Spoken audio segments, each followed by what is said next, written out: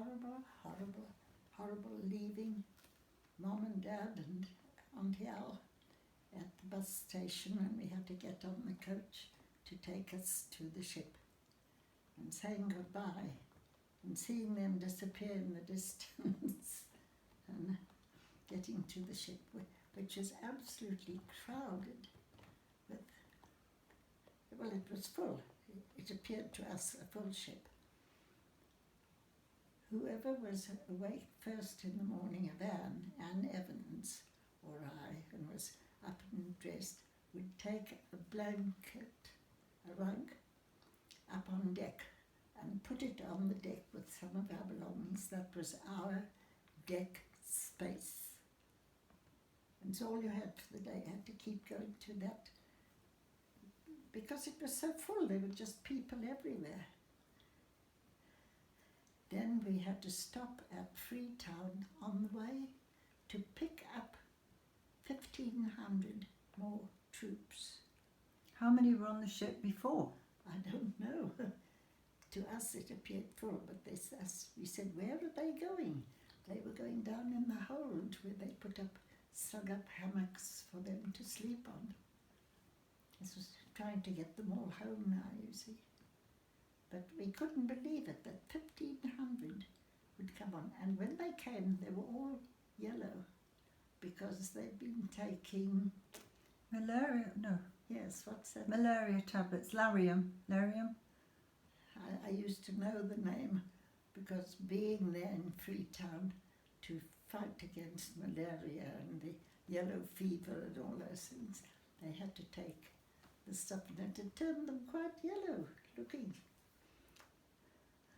How did the ship feed so many people? Where did you eat? Goodness only knows. Well, huge dining rooms, crowded, packed. I remember having to leave the table several times, running out to be sick. Oh. Oh. Was it rough, the crossing? Well, they say the ships later were fitted with stabilizers or something, which they did have then, so that you felt every movement, you know. It was a big ship. It was plenty of movement. Well, it was the huge Mauretania, wasn't it? Did you meet up with other people, other women, or other stories?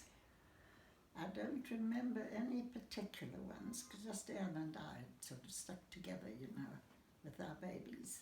Her baby was quite a bit older than Mike. Reservations? Eh? Reservations about coming to England? To see Dad, who you hadn't seen for a long time? We just wanted to get off this boat. Let's get this trip over. And then coming into the excitement of seeing land and coming into Liverpool, but then we weren't allowed to dock. We weren't allowed into the harbour for, was it 48 hours? We were anchored just outside because there was no room to pull in. But we could see Blackpool Tower. We were downstairs and this excited girl, one of our cabin mates, came running down and said, "You two must come up top and see. It's still daylight." And this was now nearly 11 o'clock at night because it was double summertime then during the war.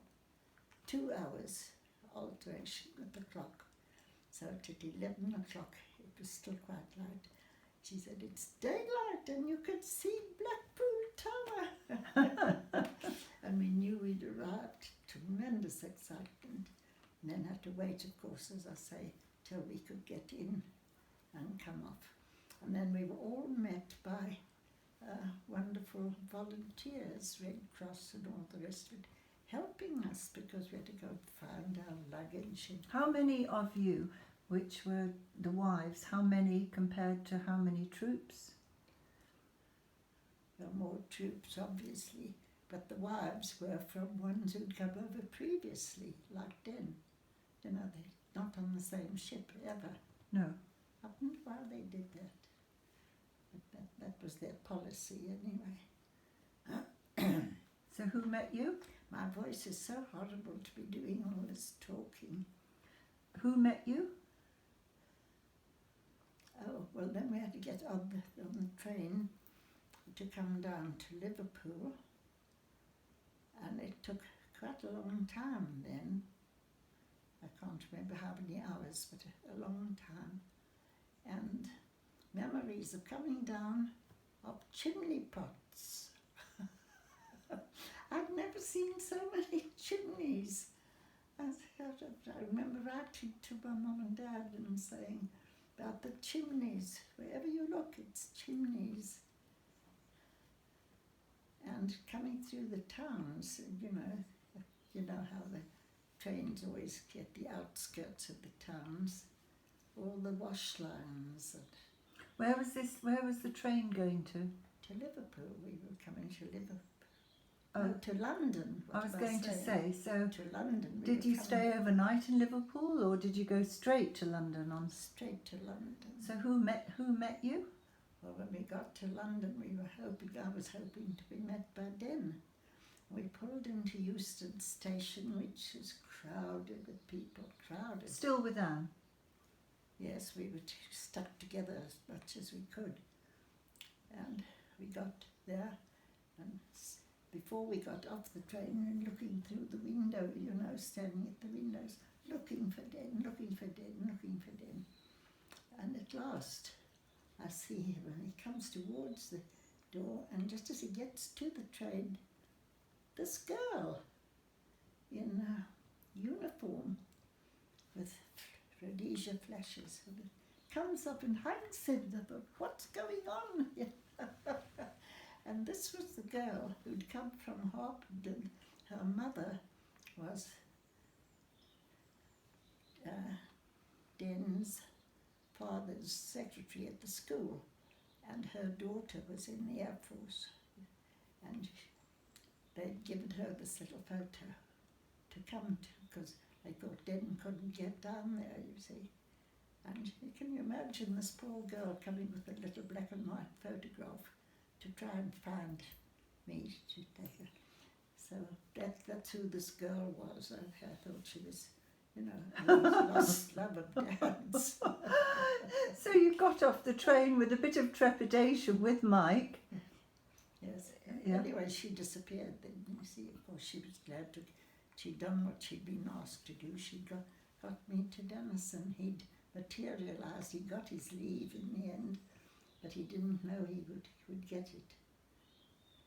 So then we got onto a train and went to Harpenden, and I said goodbye to Anne, hoping she would be picked up soon, that her husband would, and he didn't ever appear, and she stayed there until a Red Cross woman took her to the address she had, which was her husband's address, and he wasn't there, and this poor girl arriving. Imagine if I had arrived sort of strange and having to go. It was very hard for her. Her marriage didn't last. She was here a few years, and then she went back to South Africa. But Den always thought he wasn't a nice man, her husband. How did he know him? Well, just from the Air Force. Oh, Different camps. There were 3 camps round Gwello. Trying to think of the names with an M. We were at Guinea Fowl, and there was Moffat, and another one, three camps that had to be cleared, that they had to get them back. Tremendous thing, moving troops, a bit like Thomas Cook, moving people down. so then what?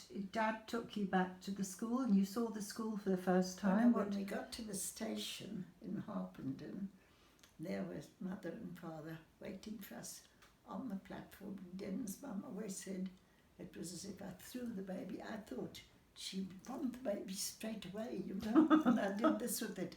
And I mean, Mum was a bit like this, and she had to take this baby. Anyway, she became besotted with that baby, didn't she? Mikey Wikey. Mikey, yes. Mm. Yes, she adored him. And she adored, of course, her own son, who was trying to be my husband. Wow, there's a lot said in those words. And what was it like when you first arrived? Well, lovely. She had big well, as I say. And we got to the school, and I remember that evening, Dennis's father, he was, so full of beads, Den wasn't he? And this very quick movements. Come along, he'd say, we must go, I want to show you the grounds. We went all around the grounds from the school. I think I'd got the baby to bed by then. Anyway, we gradually settled in, but Den had to go back for demob, and he went to Market Harbour, I think, first for a while, and then to Harrogate. But I can't think just where he was when he got his final demob and could come out with his. They all got a suit when they left. This funny suit. It's all they had, really. Where did you stay? At the school. You have a flat or room? No, we had a room, Sunwebs, lovely big room. Den's mum called it Sunwebs. And she had a cat called Marmalade. And Marmalade was due to have kittens, which she produced on the bedspread, on the top of the bed. When Mum had got a room all ready for us to arrive, she produced her kittens on the date. I don't know if it was on the day, couldn't have been on the day, but she always said, oh, it was a big thing. I don't know what happened to the kittens. So we stayed there, but of course the governors objected after a while that we were staying there because we weren't part of it. But you were teaching there, weren't you? No, not. Yes, I was going to, yes, but at the children's house. So we had to find somewhere to go. And that's when Muff Nelson, the Nelson family, do you remember them? There was Susan. What was Muff's name? Oh, Winifred. She was Winifred Nelson.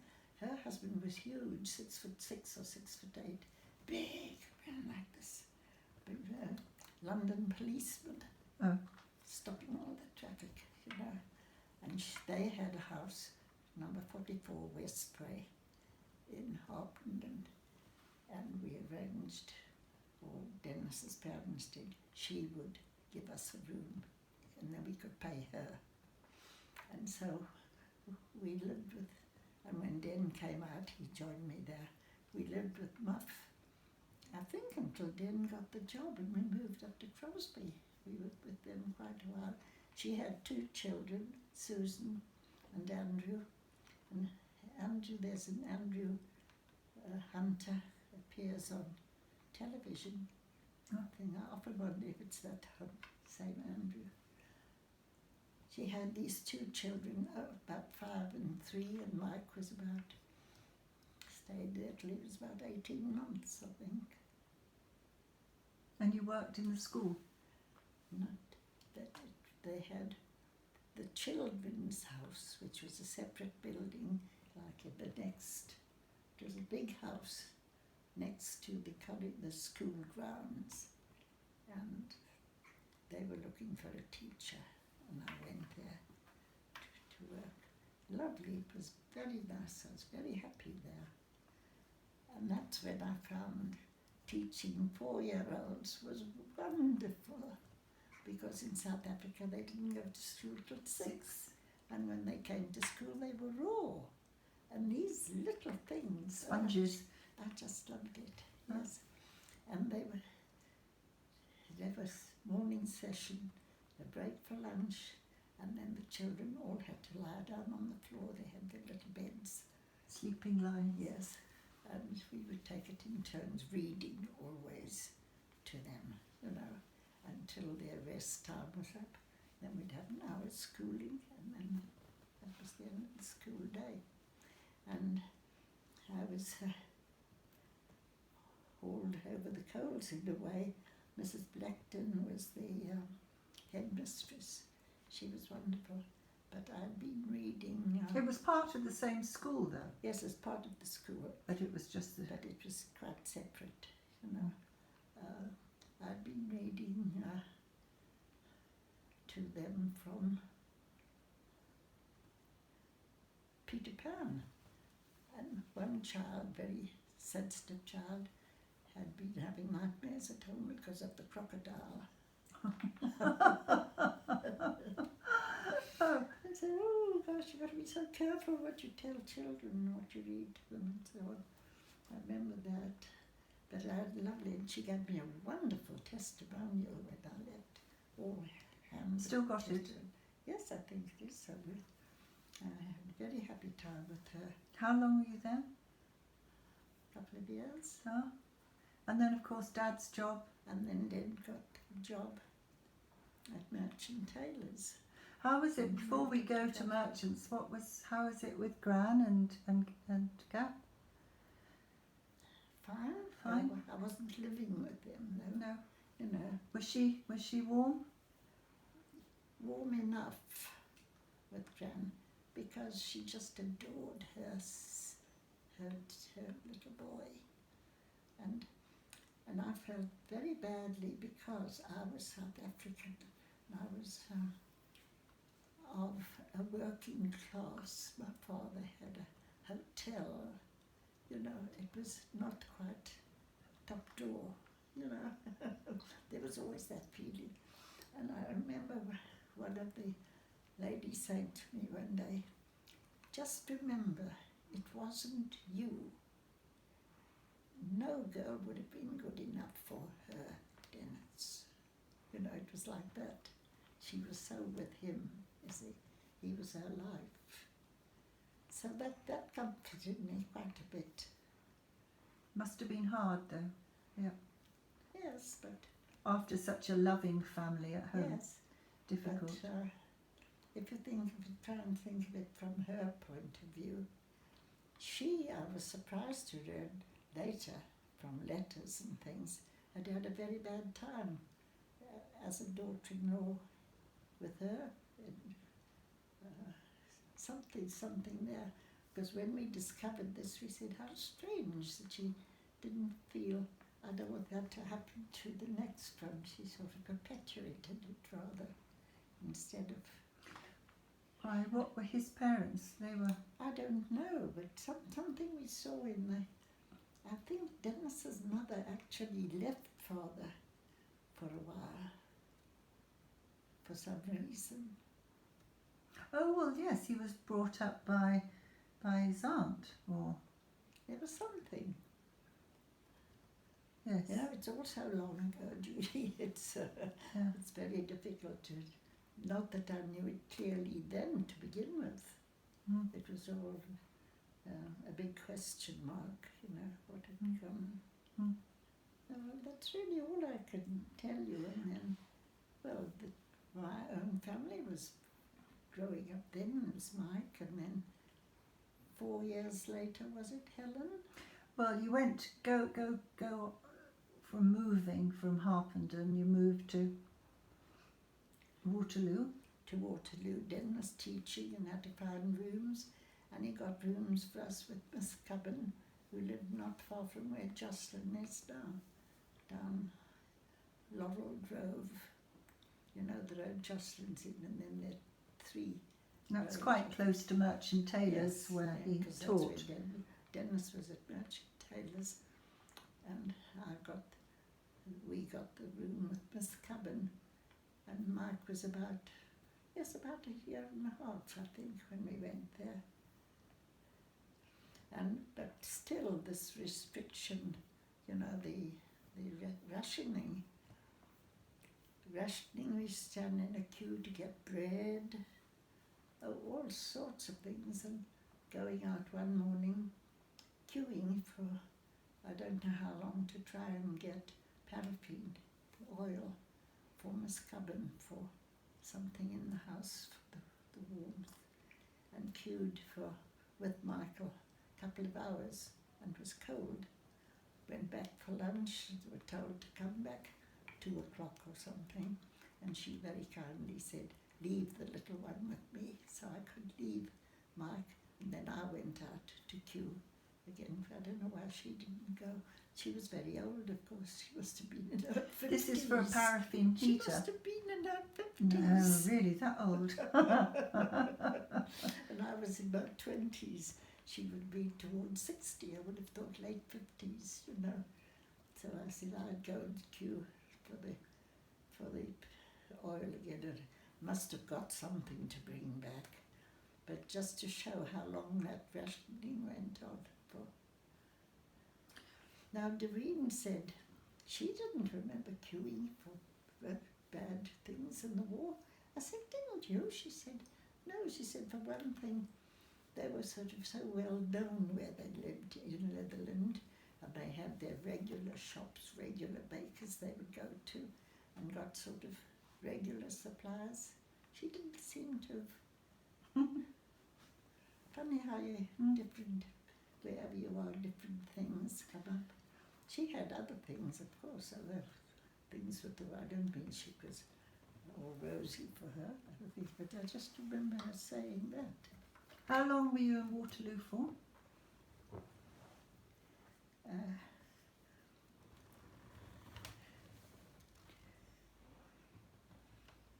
When did we go there?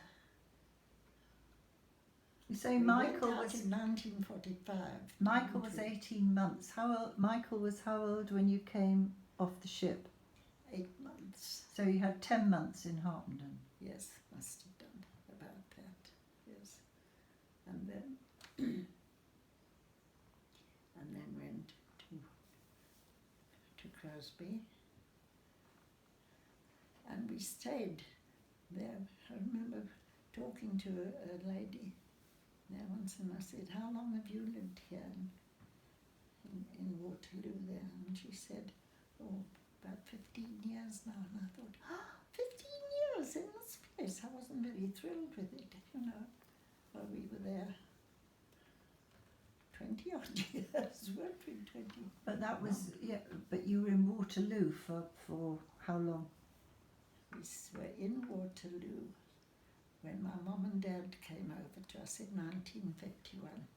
We lived in a house in the estate. So Helen was born then. Yes. Yeah. Helen was born while we lived there, and it was not far from Five Lamps, you know, down the back there.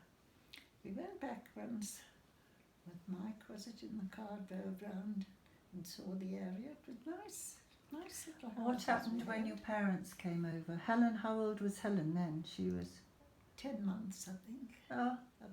So she was She born. was born in February. It must have been a year. She was running all over the place, she was, yes. So you had 2 children in the flat. No, not a flat, we had our house. You had a house. Yeah. And trying to think of the address. Number 10, was it? What? Funny, I remember the other one, 15 Laurel Grove. What was this one? 39 Brookside Avenue. Oh. 39 Brookside Avenue, Waterloo. That's right. And my mum and dad came to this small house with their lots of luggage and a huge branch of bananas that they picked up at Madeira when they stopped on the way back. Brought these bananas, green bananas. I remember buying a banana for Mike when we first arrived in the car on the ship, and horrified at how much it cost. Like 10 pence for one banana or something. It seemed an awful lot of money. So how did your parents find Waterloo after? Well, they were very polite, very polite. I remember Mum, and I remember we bought 2 chairs. They're just new armchairs. We were very proud of these 2 chairs we had in the sitting room, you know. I can't think what other kind of furniture or where we got it from, but I just remember we were proud of these 2 chairs. And my mum sitting there, they said to my dad, haven't they got a nice house, George, and my dad?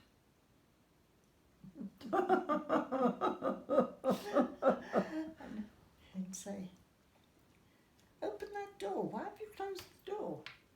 So I'd open the door, and he'd been there about 2 days, and he was saying, shut that damn door! Because it was so cold. What month did they come? I remember them going to,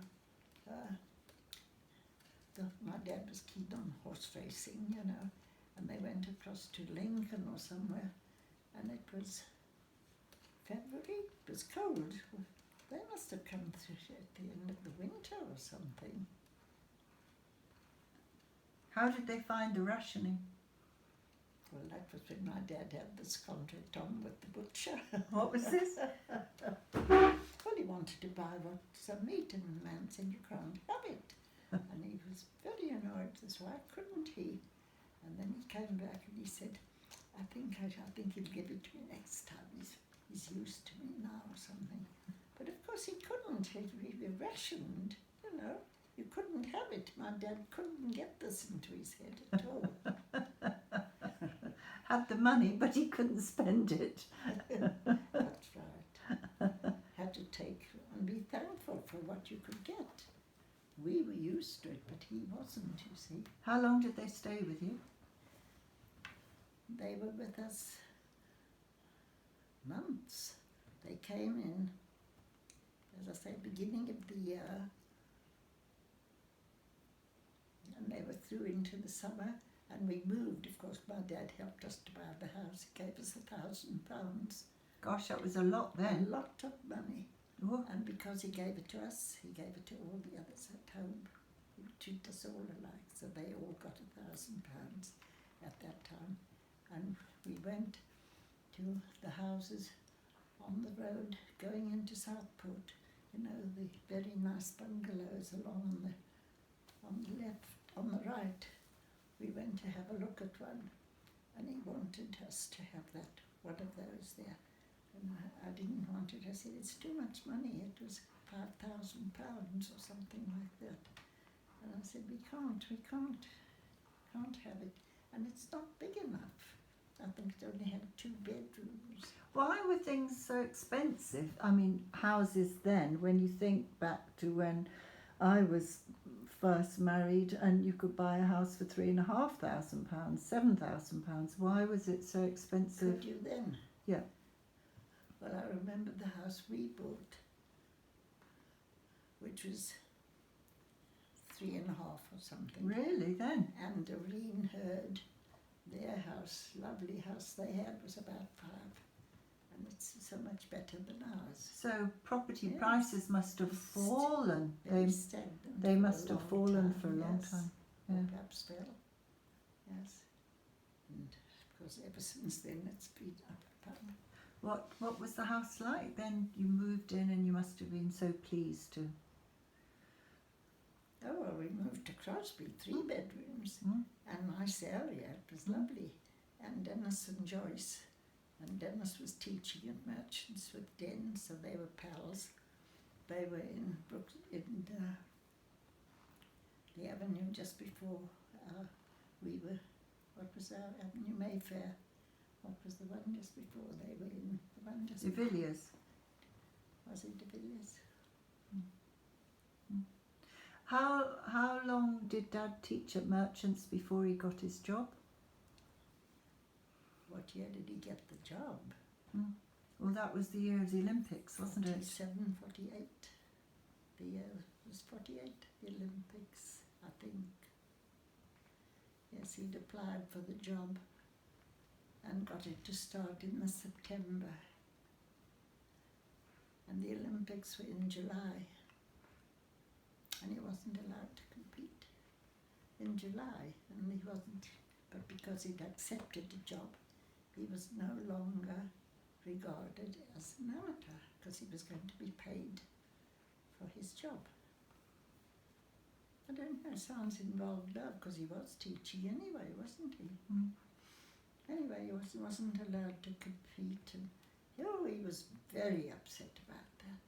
He so badly wanted to compete in the Olympics. When did you go back to South Africa? Because Helen's now born, but before Helen was born, you went back to South Africa with Mike.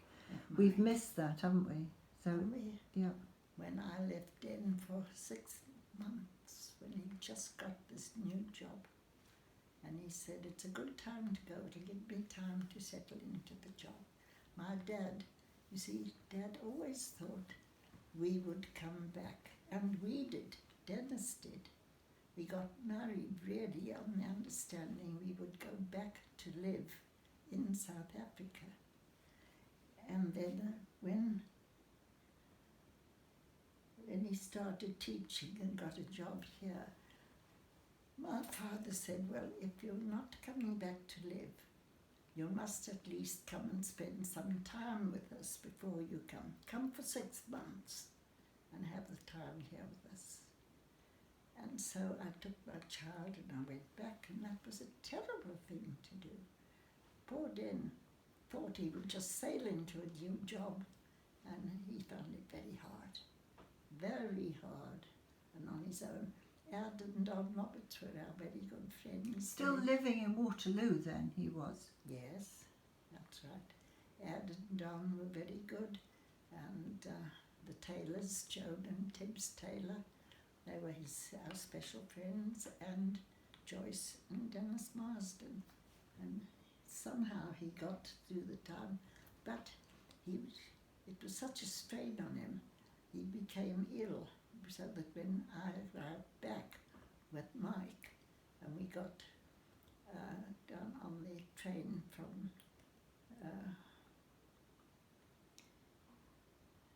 where did the plane that always docked at Liverpool, down from Liverpool to London, I thought I'd find Den meeting me in London, and instead of Den it was Don Roberts.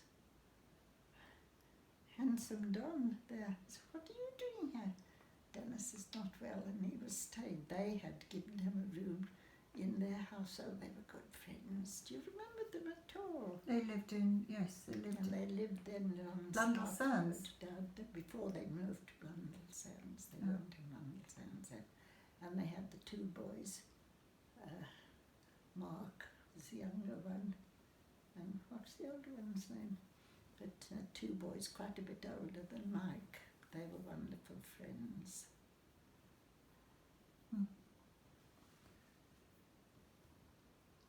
So where are we now? I think we're going to stop for a minute because my battery needs charging up. So we'll stop, move at Crosby, and then we'll join. In Crosby, yes.